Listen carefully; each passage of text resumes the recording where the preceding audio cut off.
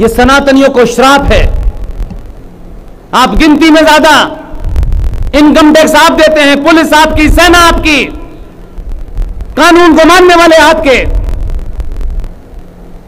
ना आपकी नस्ल बच रही है, ना आपकी जाति बच रही है, ना आपका मंदिर बनना है बच रहा है, ना कोई आस्था का केंद्र, क्योंकि हम बीमारी से बाहर आना नहीं चाहते हैं।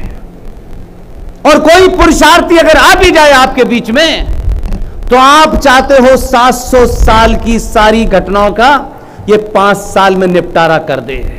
और आप जब वोट डालने जाएं तो पहले मैं ब्राह्मण हूं, फिर बनिया हूं, फिर मैं ठाकुर हूं, फिर मैं दलित हूं, मैं भाईचारा है, सब कुछ आप करें।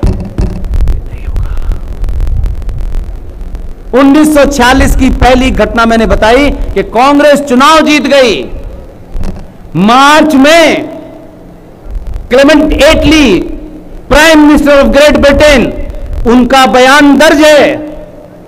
उन्होंने इमीडिएटली कहा हम जल्दी ही सत्ता का हस्तांतरण करने वाले हैं। कैसे प्लानिंग हुई वो समझाने की कोशिश कर रहा हूं।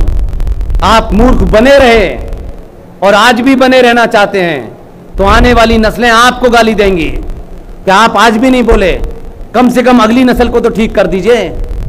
मार्च के अंदर यह एटली का बयान आता है और तथाकथित फौरन, क्योंकि आपको तो सिर्फ यह बताया गया कि कांग्रेस पार्टी भारत को आजाद करने के लिए बनी थी।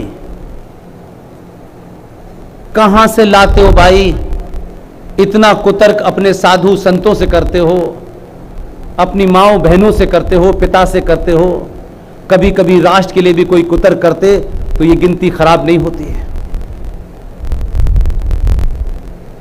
खूब चलाइए। 1946 के अंदर जैसे ही यह तय हुआ कि हम जल्दी ही सत्ता का हस्तांतरण करने वाले हैं, पता यकायक ओहो 1885 में उत्तर प्रदेश के इटावा के अंदर ब्रिटेन की सरकार ने एक आदमी को भेजा कि आपको इटावा का कलेक्टर बनाया जाता है, और एक प्लानिंग के साथ भेजा। इसलिए मैंने मंगल पांडे की घटना आपको ऐसे ही नहीं सुनाई है। मंगल पांडे की घटना से ब्रिटिश साम्राज्य को यह समझ में आ गया कि अगर यह चिंगारी आगे भड़क गई तो ये जो 100, 50, 500, 600, 2-4 हजार अंग्रेज हैं, ये शाम तक खाली कर देंगे इंडिया को। इसलिए ये घटना दोबारा ना हो तो दलाल हिंदुस्तानियों से, बिकाऊ हिंदुस्तानियों से मिलकर के उन्होंने अपना एक खुफिया का अधिकारी को इंग्लैंड से भेजा कि इटावा का इसको कलेक्टर बनाया जाए। वो इटावा का कलेक्टर था और उसको एक एजेंडा दिया गया कि किसी भी तरीके से भारत का क्रांतिकारी दल ब्रिटेन के लोगों के आमना सामना ना हो, हमें इसके बीच में एक दीवार खड़ी करनी है। और 1857 की घटना से यह तैयारी चली और उस इटावा के कलेक्टर का नाम था A.O. ह्यूम, जिसने 1885 में कांग्रेस पार्टी की नींव रखी। और उसने क्या कहा कि देखिए हम चाहते हैं कि भारत के लोगों को ग्रेट ब्रिटेन सत्ता जल्दी आपको दे दे।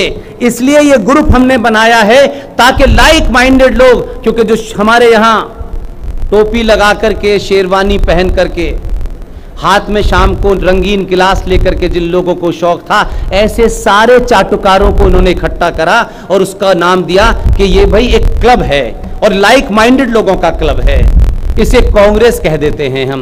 तो इंडियन नेशनल कांग्रेस की नींव एक अंग्रेज ने रखी, ये सोच करके कि कोई घटना घटेगी तो फौरन सारे लोग इस कांग्रेस के पास जाएंगे और कोई क्रांतिकारी कहीं सड़क पे किसी को मारे ना, तो एक बफर स्टेट क्रिएट करने के लिए कांग्रेस बनी थी। उस A.O. ह्यूम ने कांग्रेस पार्टी बनाई।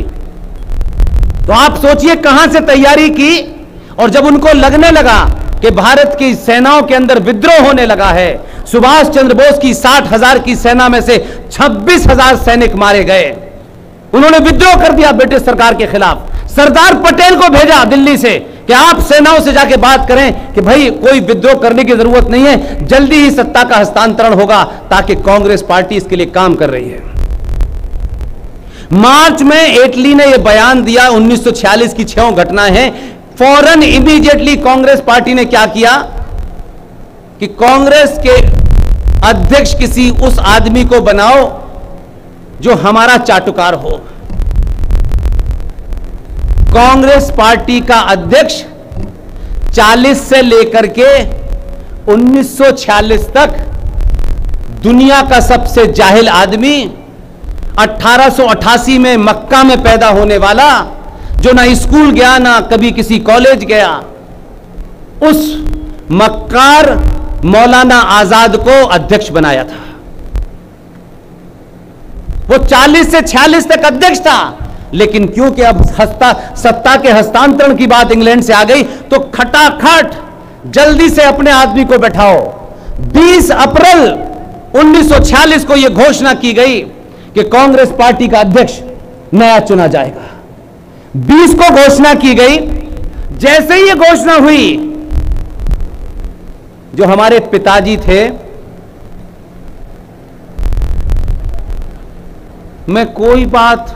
मैंने फिर कहा, मैं उस सनातनी परंपरा का आदमी हूं जिसमें यह बताया गया है कि जो उम्र से बड़ा है वो अगर डकैत भी है तो उससे अपशब्द नहीं बोलने चाहिए।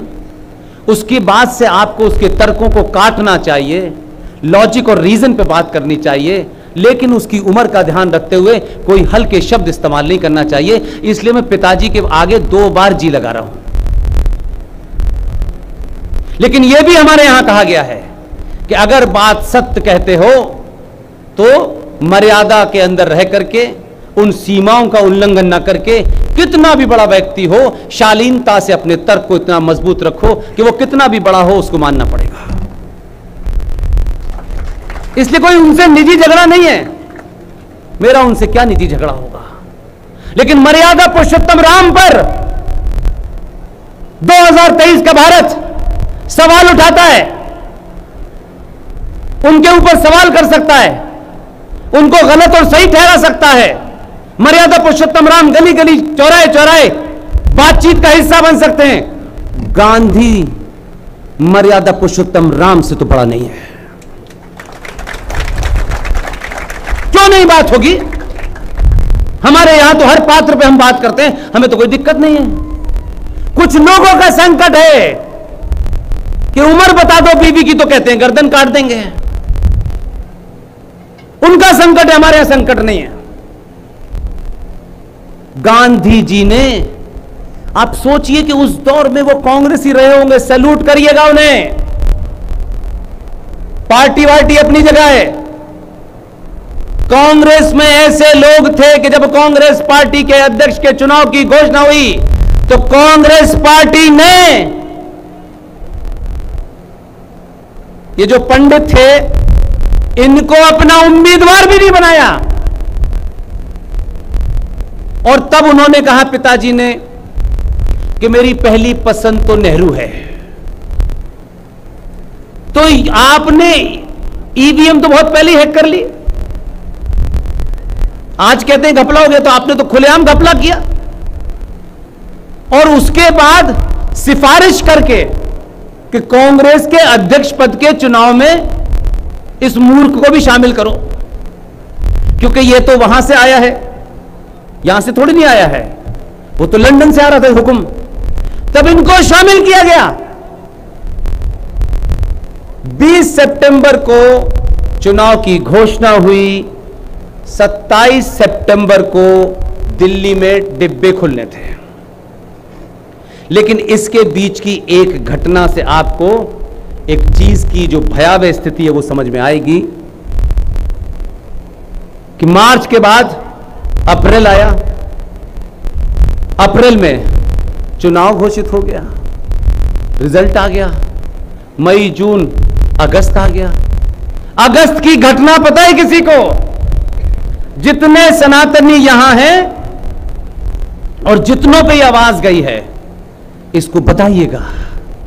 इन घटनाओं को जब आप एक तरफ रख के मूल्यांकन करेंगे तो जो आज आपके साथ हो रहा है वो बिल्कुल वही रिपीट हो रहा है। और जो समाज इतिहास से नहीं सीखता है वो समाज समाप्त हो जाता है। अप्रैल में चुनाव हो गया, चुनाव की पार्टी के जब वो 15 वोट खुले जो प्रांतीय असेंबलियों से आए, विक्रम भाई आज शायद ये हो और आज भी ऐसा हो रहा है, तब भी हम नहीं बोल पा रहे हैं। मुझे तो ताज्जुब होता है यार, इतने महान महान लोग थे, उसमें कितने ऐसे लोग थे यार जिन्होंने अपनी भूमिका निभाई। कोई पार्टी लाइन वाल्टी लाइन नहीं चुना जाता, देश से और राष्ट्र से बड़ी कोई पार्टी नहीं हो सकती है। डिब्बा खोलने के लिए गांधी जी के सबसे नजदीकी आदमी, उस आदमी को सैल्यूट करता हूं, इसलिए उनका नाम लेने से हिचकिताता नहीं हूं। सबसे नजदीकी आदमी गांधी के थे, उनको इंचार्ज बनाया गया कि जब ये पेटी खुलेंगी तो मतगणना होनी है और 15 वोट गिने जाने थे, आपकी देखरेख में होना चाहिए। और गांधी जी को शायद ये गलतफहमी रही होगी कि मेरा सबसे नजदीक है, उनको रखा गया, डिब्बा खुला, 15 वोट निकले असेंबलीज के। आपको ये बात बहुत तथाकथित नेताओं ने बताई होगी, लेकिन मैं इसलिए आज बताता हूं ये बात कि आज वो रेफरेंस है, वो डॉक्यूमेंट है मेरे पास, तब बताता हूं। सुनी सुनाई बात बता दो और आज का बच्चा ये पूछे कि आपका रेफरेंस क्या था, तो मैं इधर उधर झांकने लगूं कि नहीं मैंने कहा है तो मान लो। नहीं, मेरी बात को तब तक मत मानना जब तक 4 बार किसी कसौटी पे कस ना लेना। और मेरी बात जिस दिन गलत कोई साबित कर देगा, उस क्षण से पूरे देश में बोलना बंद कर दूंगा मैं। मुझे कोई पागल कुत्ते ने नहीं काटा है, झूठ बोलूं पूरे देश में बोलूं, बिल्कुल बंद कर दूंगा। सार्वजनिक मंचों से कहता हूं। हां, मुझसे यह तो हो सकता है कि मैं 2 घंटे 3 घंटे बोलूं तो 23 की जगह मेरे मुंह से 24 निकल जाए, इतनी मेरी माफी है। लेकिन मैं किसी तथ्य को पूरे तौर पे गलत बोलूं, जिस दिन भी कोई साबित कर देगा छोटा से बच्चा, मैं बोलना बंद कर दूंगा। ये इसलिए नहीं कि ये मेरा प्रोफेशन है, ये नहीं, ये मैं अपनी चॉइस से आया हूं, इसलिए मुझ में मैं इस गलती को नहीं कर सकता। ये गलती माफ नहीं हो सकती, इस गलती से मेरे नंबर नहीं, इस देश से, इस गलती से राष्ट्र गड़बड़ हो जाएगा, इसलिए कहता हूं ये बात। डिब्बे खुले, डिब्बे खोलने के बाद 15 वोटों की गिनती हुई, 2 वोट इनवैलिड हुए, 1 वोट पट्टा भी सीतारमन को पड़ा, 12 वोट बचे। वो 12 वोट अगर उसके डालने वाले मिल जाएं तो मैं कल से उन्हें ढूंढना शुरू करूं और उनसे जाके नतमस्तक हो के उनके परिवार का कोई आदमी हो उसके सामने माथा रगड़ने को तैयार हो। 12 वोट जो वैलिड थे उसमें से एक भी वोट नेहरू को नहीं मिला, 12 के 12 वोट सरदार पटेल को मिले। आप कहते हैं कि आज इलेक्शन को रिग कर लिया गया, हैक कर लिया गया, ये तो हमारे खून में पुराना है, ये तो पिताजी पहले हैक कर चुके हैं।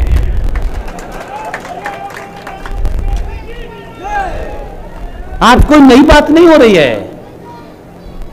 और फिर आगे सुनिए, जब ये हैक हो गया, जब सरदार पटेल को वोट मिल गए तो बहुत दुखी हुए बेचारे। उनका मन जने कभी आभा कभी मनु कहां कहां दुखी होता था पता नहीं चला, आज तक रोज दुखी होता था उनका मन। बहुत दुखी हुए। उन्होंने अपने सबसे नजदीकी आदमी जिसको इस काम के लिए रखा था, जानते हैं उनका नाम क्या है? मैंने वही कहा कि हमारे हीरो कहीं भी हों, अगर उन्होंने उस समय खड़े होकर के उनके बारे में कहा भी होता तो वो नस्लें मरती नहीं, जिंदा रहती। उस आदमी ने अपनी किताब लिखी है, किसी ऐरे गहरे की किताब का रेफरेंस नहीं है, लेकिन कुछ चाटुकारों ने किताब ही मार्केट से गायब कर दी, क्योंकि वो किताब भी भारत सरकार के प्रकाशन विभाग ने छापी थी।